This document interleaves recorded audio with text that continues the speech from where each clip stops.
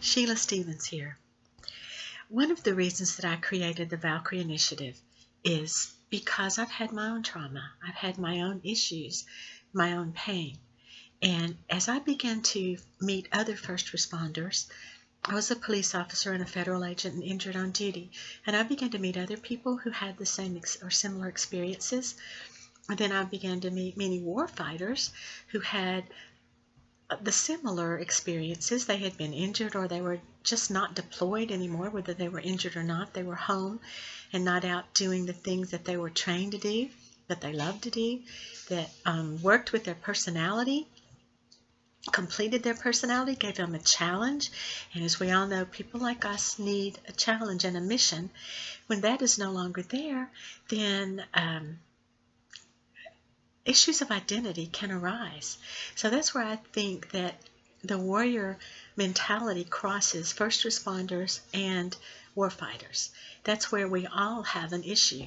And PTS may be part of it, maybe not. It may be, as we all know, it's part of a continuum from low to high, and symptoms can be as low as just reintegration issues, anger that you don't understand why it's there, sadness, or maybe not feeling any emotions because you feel numb, up to the point of a full-blown PTS where we have hallucinations and nightmares and things like that.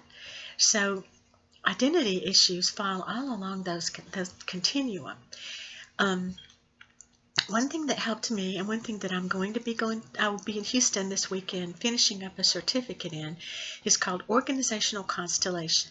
I finished the family constellation before this. It's an amazing coaching type modality that shows systems, family patterns that are passed down, and as we use the term in our emotional genetics, are passed down through the family system, just like our DNA is passed down physically. It's based on the work of Bert Hellinger, and it bypasses judgments. There's no judgment to anything that has happened or anyone that has happened to. It's just a gentle, easy, fast way of getting to the issues of why we subconsciously may act in ways that we don't want to. We all know that we inherit our physical characteristics. What is less known is that we also inherit these emotional patterns, which again can be called our emotional DNA. Few of us understand that our personal limitations, our cycles of pain, our business failures, our emotional family, our personal relationship failures could be traced back to someone else in our past that has passed down a belief system that we no longer wish to use. In families, unresolved conflicts and traumas like suicide, early death of a parent, a child, or a sibling, financial ruin, abortions, miscarriage, any of these types of things can imprint on the family system and cause one of the family members to pass down beliefs that no longer help us, that helped them at the time, but no longer help us today.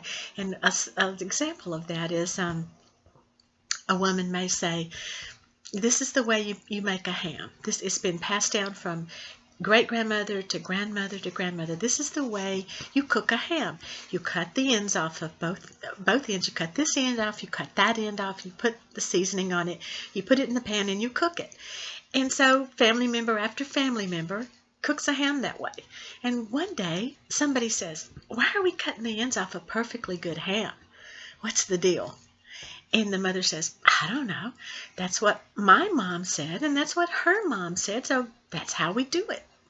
So this younger member, goes to the grandmother or the great-grandmother and says, why do we cook a ham like that?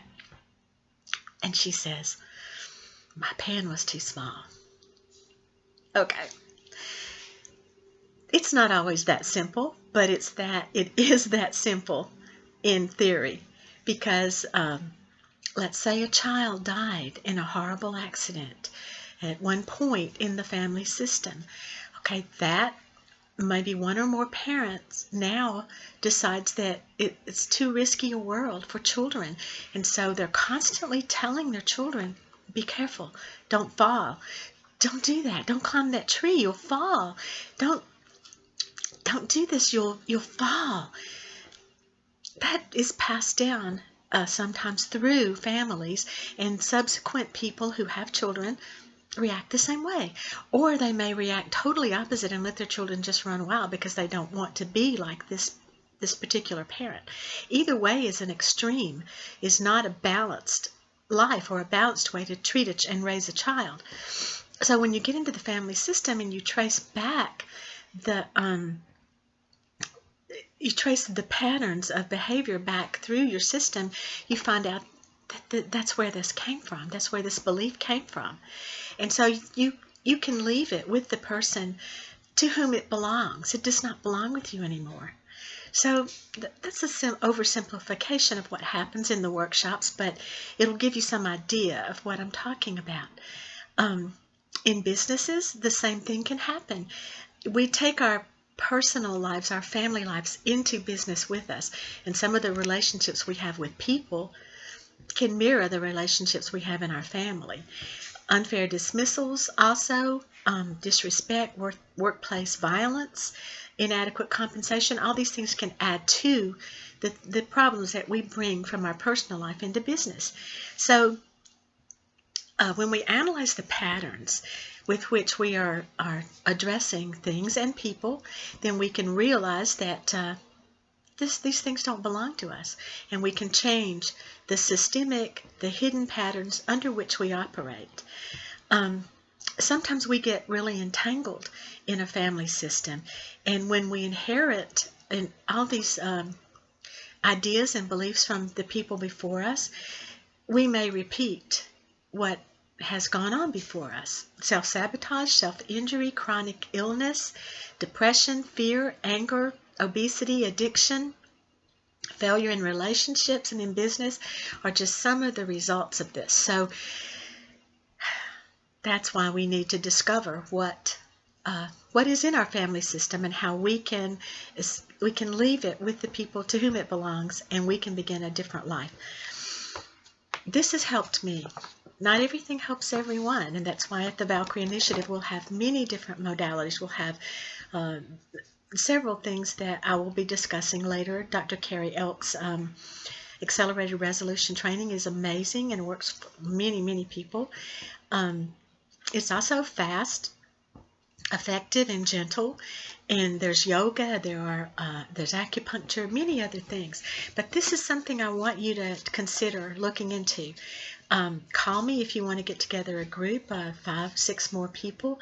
It can be done one-on-one, but it's very effective in a group. So if you maybe one of your church groups or your organizations or associations or just friends want to get together and examine this, call me and let me know.